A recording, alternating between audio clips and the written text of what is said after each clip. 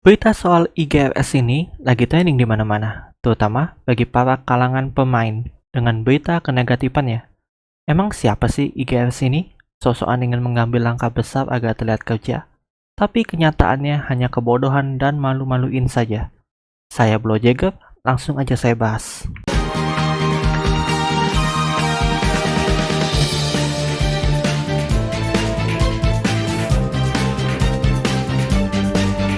IGFS sendiri merupakan kepanjangan Indonesia Game Rating System. Adalah sebuah proyek rating untuk game-game yang masuk terutama dari distribusi digital untuk menetapkan batas usia pengguna berdasarkan konten atau genre secara sistem. Ini bertujuan melindungi pengguna, terutama anak-anak, dari konten negatif dan membantu orang tua memilih game yang sesuai. Project IGFS ini berasal dari saran Alveno Kautsar Ramadan yang mempromosikan dan mengembangkan kebijakan tersebut. Dia merupakan staf khusus dan tangan kanan Menteri Lembaga Kementerian Komunikasi dan Digital, disingkat Komdigi, yang dulunya Kominfo atau Kementerian Komunikasi dan Informatika. Nah, kita tahu sendiri kan pendahulunya saja Kominfo penuh dengan drama seperti blokir Epic Game, Steam, paywall, dan masih banyak yang lainnya. Dan sekarang pun tetap sama dengan dramanya, meskipun telah diganti nama, tapi jika orang-orang di baliknya tetap orang yang tidak paham teknologi, hasilnya sama saja. Ada boomer, ini kapan pensiunnya sih mereka? Dan project IGFS ini diberlakukan pada awal April di platform Steam yang memulai dramanya. Oke, sekarang kita paham apa itu IGFS. Nah, sekarang kita bahas drama apa yang ditimbulkan. Setelah rating dari IGFS diberlakukan di Steam, ini langsung membuat heboh bukan karena pujian tapi karena kekecewaan dan amarah dari pemain yang banyak tidak sesuai dengan kategori gamenya. Bahkan ada game yang tidak akan bisa dirilis di Indonesia. Beberapa contoh seperti GTA 5 yang akan diblokir untuk Indonesia, namun GTA San Andreas sendiri mendapatkan rating 3 tahun ke atas. Ini maksudnya apa coba? Sama-sama satu game dari perusahaan yang sama, hanya beda tanggal rilis namun kontennya sama.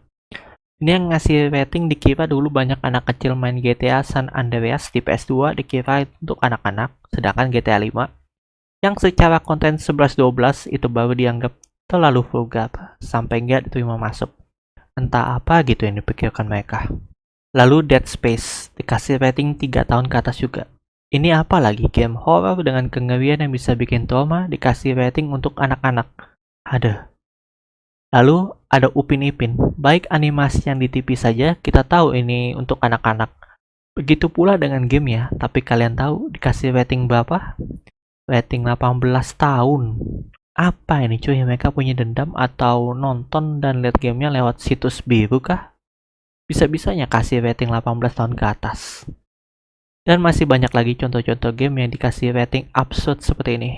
Dan kalian tahu game yang mendapatkan rating gak diterima oleh IGFS akan dilarang tampil di Steam untuk pengguna Indonesia. Dalam dokumen Steamworld tertera jelas pengembang dan publisher mau tidak mau harus mengikuti peraturan IGFS agar bisa tampil di laman pengguna Indonesia. Tapi bagi pemain Indonesia yang sudah membeli, masih bisa memainkan game tersebut. Tetapi game tersebut tidak akan tampil di toko penjualan. Dan karena nggak muncul di toko penjualan, maka kalian nggak akan bisa beli DLC dan semacamnya.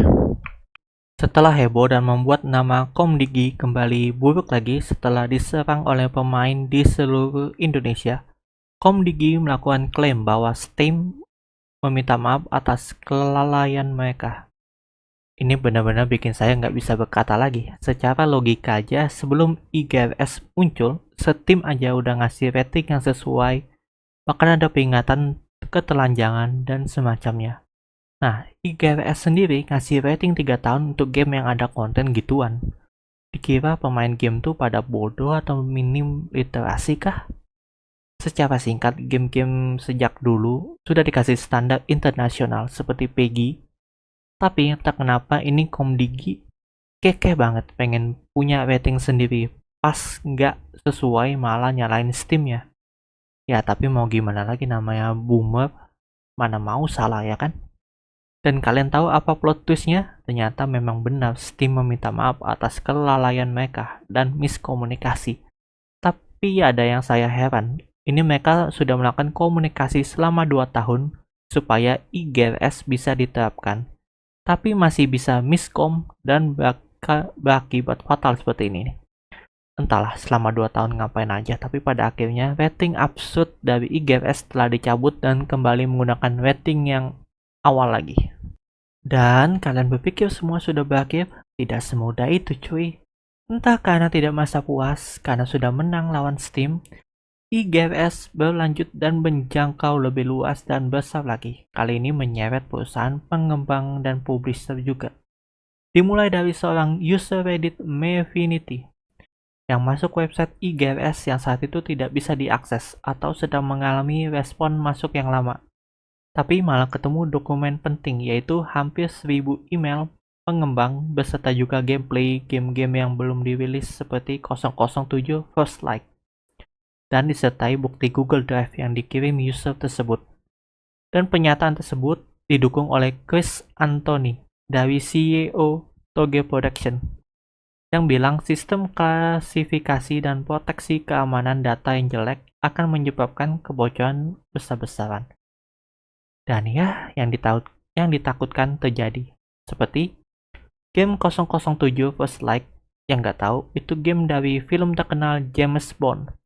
Kena leak tidak sedikit tapi full dari cerita gameplaynya yang tersebar luas. Ini harusnya menjadi kejutan, tapi berkat IGRS sekarang bukan kejutan lagi. Lalu ada Assassin's Creed Black Flag Remake yang bahkan Ubisoft saja belum mengumumkan secara resmi dengan trailer dan semacamnya. Tapi sekali lagi berkat IGRS kita jadi tahu. Terima kasih IGRS. Tentu ini bikin banyak pendapat dan komentar seperti dari media IGN, ada juga dari manajer Age Rating Riot, yaitu Nick MC Connell. Menjelaskan, dari sisi pengembang bahwa proses IGRS sebenarnya cukup simpel, tapi punya celah yang fatal. Dari alur SOP mereka dimintain isi survei, lalu mengirim ke link footage berisikan konten yang sensitif, seperti kekerasan, bahasa kasar, dan sebagainya. Semua itu dicetak secara manual oleh tim IGRS, bahkan diminta share file lewat Google Drive. Dan akan ada permintaan akses dari tim IGRS. Nah, kemungkinan inilah kebocoran dari pengecekan secara manual ini. Belum lagi tim IGRS merupakan tim kecil untuk diberi tugas besar seperti ini dengan sumber daya yang terbatas juga. Ya, seperti kita tahu, boomer selalu menyuruh anak baru yang belum berpengalaman atau masih magang melakukan kerjaan yang di luar kemampuan dengan gaji kecil, padahal dengan anggaran yang dikeluarkan besar. Lalu nggak lama setelah kembali diserang lagi, IGRS langsung memperbaiki masalah kebocoran data. Tapi udah telat, semua udah bocor. Sekarang kita lihat IGRS bakal nyalain siapa lagi untuk jadi kambing hitam. Dan juga kita tunggu permintaan maafnya dari perusahaan besar seperti HoYoverse dan Ubisoft ke IGRS. Hehe. Dan berita paling baru adalah Bandai Namco ikut turun tangan juga.